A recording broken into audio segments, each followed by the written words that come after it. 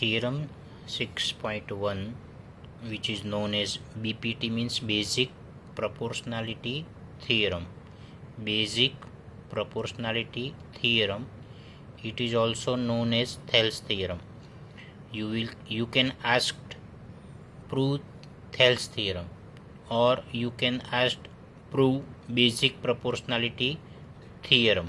Okay, so you have to remember the statement of this theorem. So what is the statement? If a line, so here the line is DE. If a line DE is parallel, DE is parallel to one side of a triangle. So DE is parallel to BC. Line DE parallel to BC in triangle ABC. It is given. This is given in triangle ABC. DE is a line which is parallel to one side of a triangle. So DE parallel to BC. This DE intersect the other two sides, that is AB and AC. So DE intersect AB at D. DE intersect AB at D and AC at E. આ DE છે, AB ને ક્યાં intersect કરે છે? D માં, અને AC ને ક્યાં ઇન્ટરસેક્ટ કરે છે? E માં. આ તમને આપ્યું છે. Prove that. What is prove? Prove that the other two sides, that means AB and AC, are divided. AB and AC divide થાય છે શેમાં? In the same ratio. AB and AC are divided in the same ratio. તો AB શેમાં divide થાય છે? AD અને DB માં. અને AC નું ડિવિઝન શેમાં થાય છે? AE અને EC માં. તો એ રેશિયો કેવો છે? સેમ છે. એટલે કે AD upon DB is equal two AE upon EC. આ તમારે પ્રૂવ કરવાનું છે. આ ટુ પ્રૂવમાં આવશે. ઓકે, હવે પ્રૂફ માટે શું જોશે જુઓ. સૌથી પહેલાં તો જોઈન BE. થિયરમની અંદર ખાસ તમારે સિક્વન્સ યાદ રાખવાની, કે કોના પછી શું સિક્વન્સ આવશે. સિક્વન્સ શું આવશે એ તમારે યાદ રાખવી પડે, અને એ પણ ફિગર પરથી યાદ રાખવાની કે કઈ સિક્વન્સમાં થિયરમ્સ પ્રૂવ થાય છે.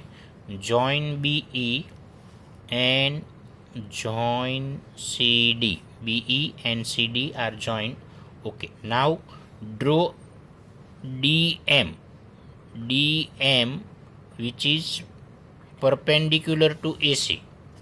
DM is perpendicular to AC, and EN is perpendicular to AB. શું કર્યું છે? જોઈન. સૌથી પહેલાં જોઈન BE, પછી શું જોઈન કર્યું? Join CD. ઓકે, પછી DM પરપેન્ડિક્યુલર છે કોને? AC ને.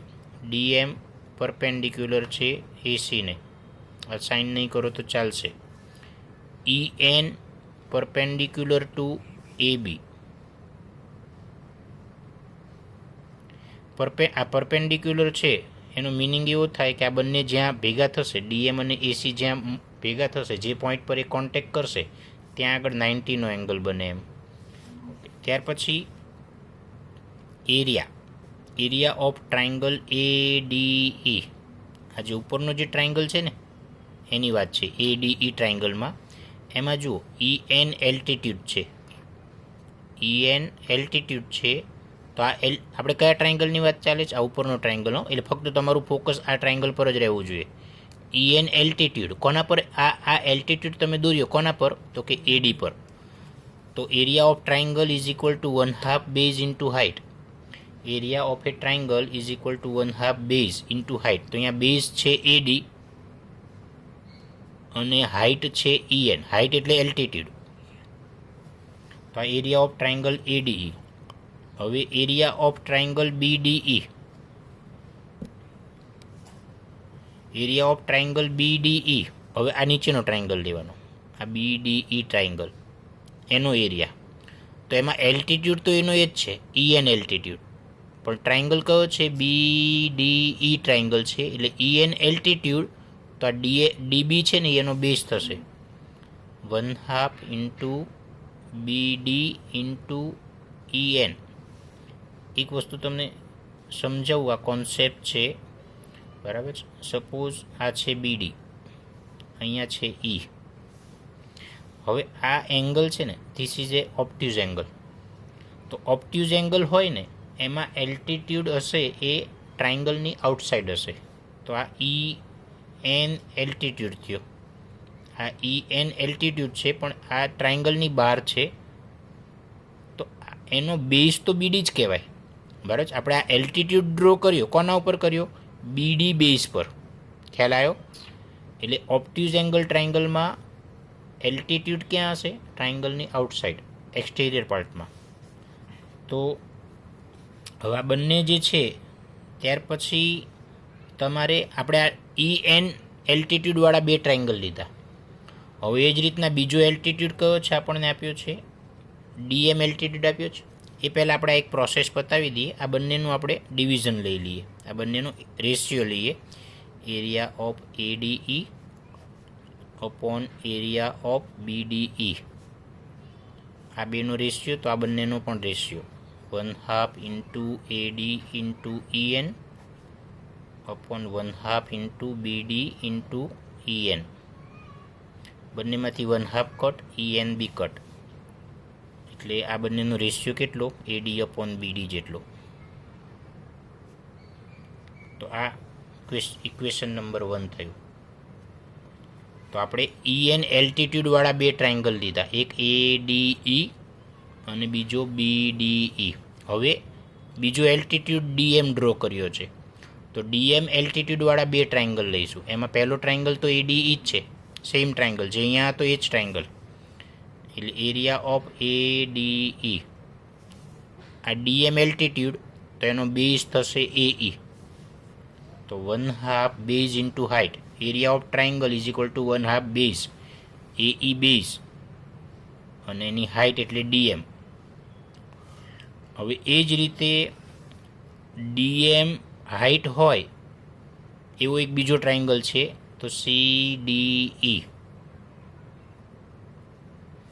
Is equal to 1/2 DM height, તો એનો એલ્ટિટ્યૂડ એનો બેઝ થશે EC, 1/2 DM ઇન્ટુ EC. બરાબર. હવે જો તમારે બીજી રીતે બી તમે યાદ રાખી શકો, અહીંયા A છે ને, તો જ્યાં A છે ત્યાં અહીંયા B કર્યો છે, તમે જુઓ. બાકી DE સેમ છે, આ 1/2. આ જ્યાં A છે એની જગ્યાએ B, આ D સેમ, EN બી સેમ. આ રીતે બી તમે એને યાદ રાખી શકો. હવે એ રીતે આની અંદર તમે વાત કરો ને, તો અહીંયા A છે ત્યાં એની જગ્યાએ C આવે છે, બાકી જો DE સેમ છે. આ 1/2, આ EN છે, એમાં જ્યાં આપણે શું વાત હતી, એની જગ્યાએ 1/2 DM ઇન્ટુ EC. તો જ્યાં ઓકે, મેં અહીંયા એક મિસ્ટેક્સ કરી છે, અહીંયા AC છે ને, AC, એક મિનિટ, આપણે triangle ADE DM into AE આવશે, અહીંયા AE આવશે, AE બેઝ અને DM એલ્ટિટ્યૂડ. તો જો આ A છે એની જગ્યાએ C લખાય છે, E તો એમ છે, અને જે એલ્ટિટ્યૂડ છે એ બંનેમાં સેમ છે, DM. બરાબર, બંનેમાં એલ્ટિટ્યૂડ સેમ છે. હવે શું કરશું? હવે આ બંનેનું ડિવિઝન લઈશું. યાદ રાખવું બહુ જ ઇઝી છે થિયરમને. Area of ADE upon area of CDE is equal to 1/2 AE into DM upon 1/2 CE into DM. જો મેં હવે એ રીતના કરેક્શન કરી દીધું છે. E સેમ, ખાલી એની જગ્યાએ C રિપ્લેસ થાય છે, DM તો એમ છે, 1/2 કટ, DM કટ, એલ્ટિટ્યૂડ કટ, ખાલી બેઝ જ વધે છે, AE અપોન CE. આ સેકન્ડ ઇક્વેશન. બરાબર છે. એટલે આપણા માટે હવે આ કામનું છે ફર્સ્ટ ને સેકન્ડ ઇક્વેશન. હવે તમે જુઓ આ બંનેનો ન્યુમિરેટર જુઓ તો આ બંને ઇક્વેશનનો ન્યુમિરેટર એડીઈ છે, તો બેનો ન્યુમિરેટર સેમ છે. ઓકે, હવે તમે અહીંયા જુઓ, અહીંયા ડિનોમિનેટરમાં બીડીઈ છે, તો અહીંયા ડિનોમિનેટરમાં સીડીઈ છે. તો આ એક વસ્તુ ધ્યાન રાખજો, આ એક ઇમ્પોર્ટન્ટ રૂલ છે જે તમે 9th સ્ટાન્ડર્ડમાં શીખ્યા છો. આ ડીઈ બરાબર ધ્યાન આપજો, આ ડીઈ અને આ બીસી આ બંને એકબીજાને પેરેલલ છે. ડીઈ અને બીસી પેરેલલ છે. એની અંદર બે ટ્રાયંગલ છે, એક છે ડીબીઈ, આની વાત કરી મેં, અને બીજો ટ્રાયંગલ આ સીડીઈ. તો બે ટ્રાયંગલ છે, પણ બંનેમાં જુઓ આ જે ડીઈ છે ને એ એનો બેઝ છે, સેમ છે. જે બંનેમાં જો બંનેમાં ડીઈ આવે છે, ટ્રાયંગલ બીડીઈ છે એમાં પણ ડીઈ આવે છે, અને ટ્રાયંગલ સીડીઈ છે એમાં પણ ડીઈ આવે છે. એટલે આ બંને ટ્રાયંગલ ક્યાં છે? આ બે ટ્રાયંગલ આપ્યા છે ક્યાં? તો કે બે પેરેલલ લાઇનની વચ્ચે. બંને ટ્રાયંગલનો ડીઈ બેઝ કેવો છે? સેમ. તો આ બંને ટ્રાયંગલના એરિયા કેવા હોય? સેમ. આ રૂલ્સ તમે 9thમાં શીખ્યા છો. ઓકે, તો શું લખવાનું છે અહીંયા આગળ આપણે? નાવ ટ્રાયંગલ BDE એન્ડ આ ટ્રાયંગલની વાત કરી, અને આ એન્ડ ટ્રાયંગલ DEC. આ કેવા ટ્રાયંગલ છે? તો are triangles on the same base. બંનેમાં બેઝ સેમ છે. On the same base. કયો બેઝ છે? બંનેમાં આવે છે DE આવે છે. બંનેમાં સેમ બેઝ કયો છે? DE. અને આ બંને ટ્રાયંગલ ક્યાં છે? તો કે બે પેરેલલ લાઇનની વચ્ચે. DE and they are between the parallels. A parallels કયા છે? તો કે આ BC અને DE. એટલે BC અને DE પેરેલલ છે, એની વચ્ચે આ બે ટ્રાયંગલ આવ્યા, અને બંનેમાં બેઝ સેમ છે, બે ટ્રાયંગલનો એરિયા સેમ થાય. તો તમે જો ન્યુમિરેટર તો બંનેમાં ADE જ હતો, એટલે એ બંનેનો એરિયા તો સેમ થયો, કારણ કે એકનું એક જ ટ્રાયંગલ છે ને. હવે આ BDE ટ્રાયંગલ છે ને આ CDE ટ્રાયંગલ છે જે ડિનોમિનેટરમાં છે, અને અહીંયા એવું કીધું કે બંને ટ્રાયંગલનો એરિયા બી કેવો થાય? સેમ. એટલે સપોઝ એટલે આ ADE અને BDEનો જે આન્સર આવશે, ADE અપોન BDEનો જે આન્સર આવશે એ જ આન્સર આનો આવશે કે નહીં? એટલે આ બંનેની LHSનો આન્સર કેવો થયો? સેમ. એનો મતલબ બંનેની RHSનો આન્સર કેવો આવે? સેમ. એટલે આ અને આ બંને ઇક્વલ થાય. એટલે AD upon BD is equal two AE upon CD. બરાબર છે? આપણે શું પ્રૂવ કર્યું? આ બંનેનો એરિયા સેમ છે એવું અહીંયા આપણે કીધું. બરાબર છે? એટલે પહેલું ઇક્વેશન, બીજું ઇક્વેશન અને ત્રીજું ઇક્વેશન અહીંયા છે. Area of triangle BDE is equal two area of triangle DEC. આ ઇક્વેશન નંબર 3 છે. તો ફર્સ્ટ, સેકન્ડ ને થર્ડ ઇક્વેશન પરથી આપણે આ પ્રૂવ કર્યું. કયો થિયરમ હતો આ?